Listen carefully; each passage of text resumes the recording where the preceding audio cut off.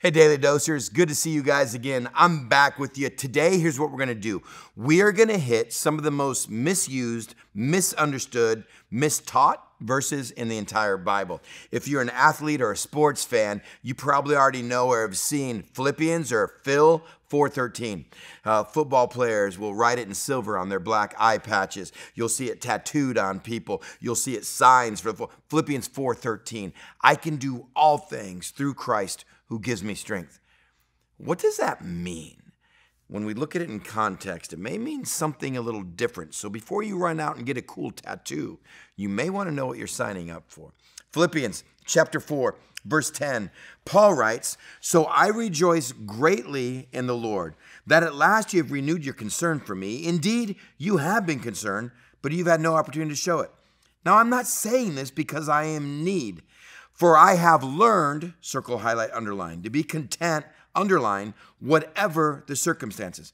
I know what it is to be in need. I know what it is to have plenty. I have learned," circle, highlight, underline, "the secret of being content," here it is again, underline, "in any and every situation, whether well-fed or hungry, living in plenty or in want. I can do everything through him who gives me strength." What is contentment?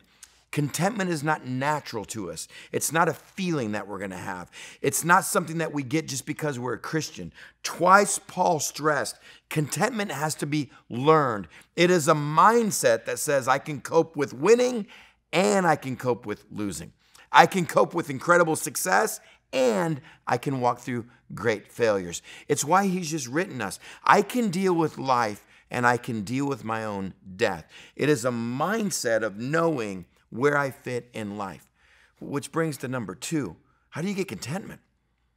See, I'd ask you today, for you to be content, you probably need what? What is one thing given you right now? Because that would really make me content. Is it a relationship?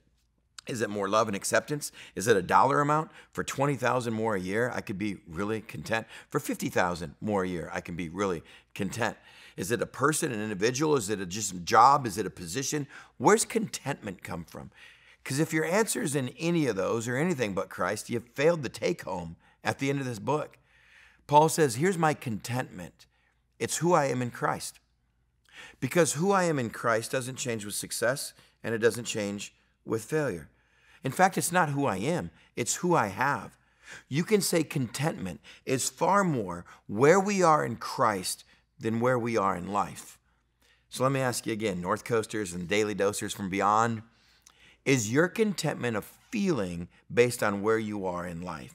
Because if it is, I promise you, life will give you enough feelings where you will never be content.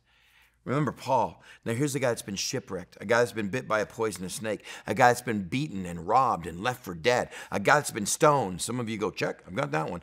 A guy that's been forgotten about, chased by the Romans, the Gentiles, chased by his own people, a guy who's been chased out of Jewish territory. Here's a guy who knows the ups and downs of life. And yet, here's a guy when he says, I know what it is to have plenty and not be in want. I wonder if Lydia, remember our kind of queen of the story here, the seller of purple, the rich woman who the church in Philippi started in her house, I wonder if she smiled, remembering the days that Paul would live in her little casita, her little guest house, that had the little monogram tiles, the little potpourri bowls, the running water through the back. Man, he had a good life when he was living on the estate of Lydia. He goes, yeah, I've been here, and yeah, I've been here. My contentment doesn't come from my spouse, my lack of spouse, my finances, my job, my quarterly, the bills, how I'm doing in life. Contentment is where am I in Christ, not where am I in life. You show me a person that's not content, I'll show you someone who's far from Christ. You show me someone that's content, I'll show you someone that knows their value and their worth cannot be touched by where I am in life because it's secure where I am in Christ. Contentment is learned. You press into the teachings and the life of Christ. I promise contentment will be pressed onto you.